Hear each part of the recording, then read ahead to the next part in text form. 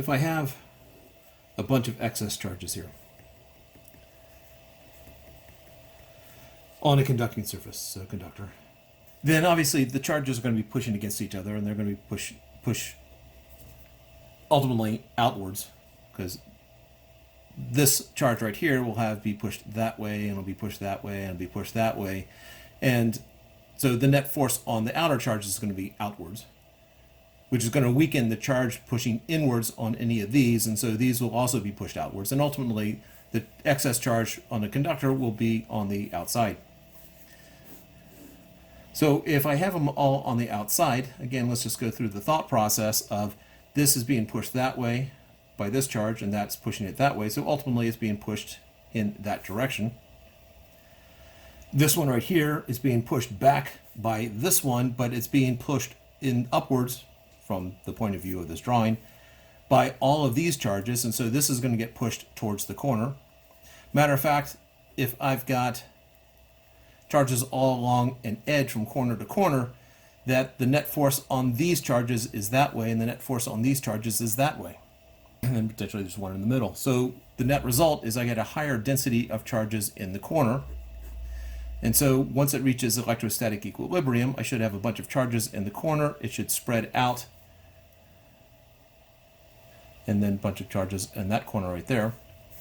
And so you'll get the highest concentration of charges at the corners, at the internal angles that are less than 180.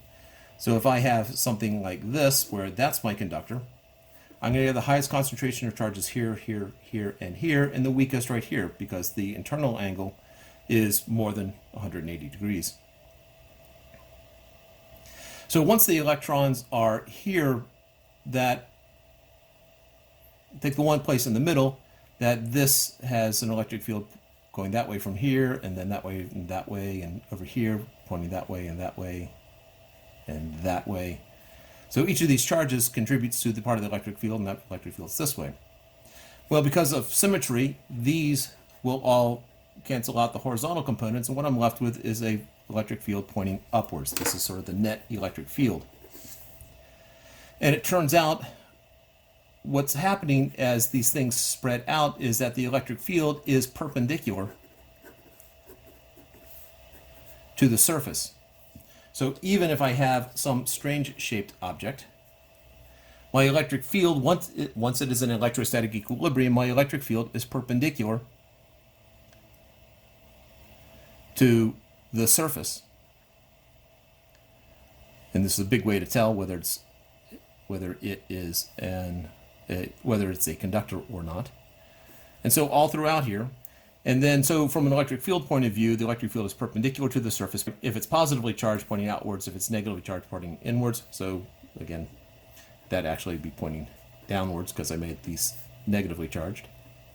But it's perpendicular, so if this is positively charged all the way around, with the highest concentration of charges, where the internal angle is the greatest, which probably is right here, we'll have a concentration here, here, here, along here also, but this looks like the sharpest angle, and so that's where I'll have the greatest concentration of charges.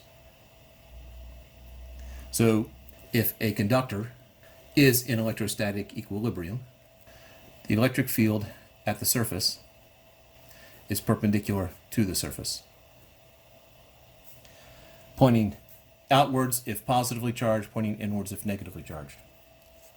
Also, excess charges will be on the outside.